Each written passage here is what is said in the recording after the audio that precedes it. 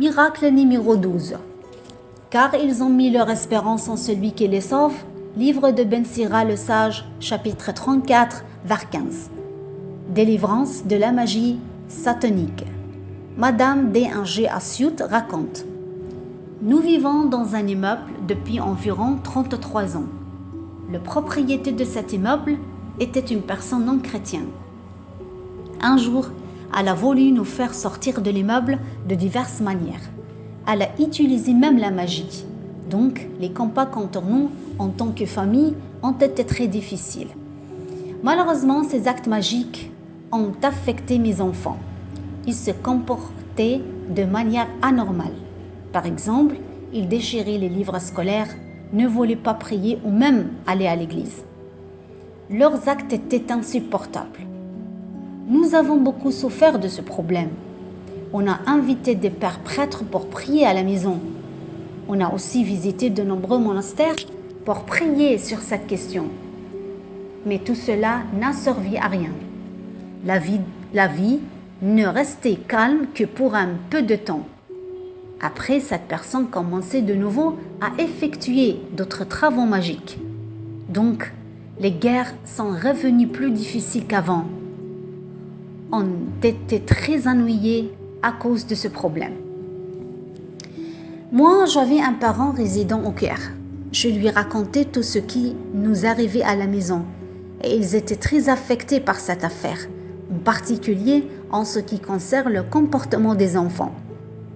Une fois, il m'a demandé d'inclure notre père Igomène Feltaos le Syrien à ce sujet et il m'a dit: c'est un grand saint, ses prières sont exaucées.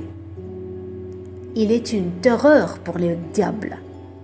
J'ai connu notre père Feltaos, mais je ne l'avais jamais demandé.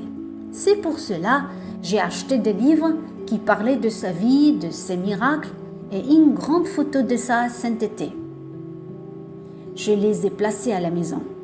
Je me suis tenue devant eux et j'ai beaucoup prié notre Seigneur Jésus-Christ. J'ai adressé mes paroles à notre père Feltaos et lui ai dit: c'est la première fois que je te demande quelque chose, mais j'ai besoin que tu sois à mes côtés sur cette affaire. Je lui ai tout dit et j'ai pleuré devant sa photo.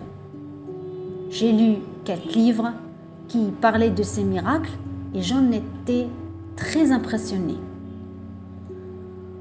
Le soir du même jour, je me suis assise avec les enfants et leur ai parlé de notre grand-père et de ses miracles. Je leur ai demandé de nous tenir devant sa photo et de glorifier sa sainteté, afin qu'il nous sauve de ces moments très difficiles. Et en effet, nous nous sommes tous levés et nous nous sommes tenus devant sa photo. Nous avons commencé à glorifier sa sainteté et à intercéder auprès d'elle. Nous avons tous été surpris par une très forte odeur d'encens mêlée à l'odeur des épices des saints, remplissant toute la maison. Nous avons tous senti la présence de notre grand saint, le père Feltaos le Syrien. Alors que nous prions pour la glorification et intercédons auprès de lui, cette belle odeur parfumée a continué à émaner de la photo de notre père Feltaos pendant près de 3 jours. Et tous ceux qui viennent chez nous sentent cette odeur parfumée. Après cela, tout est changé pour le mieux. La situation s'est stabilisée.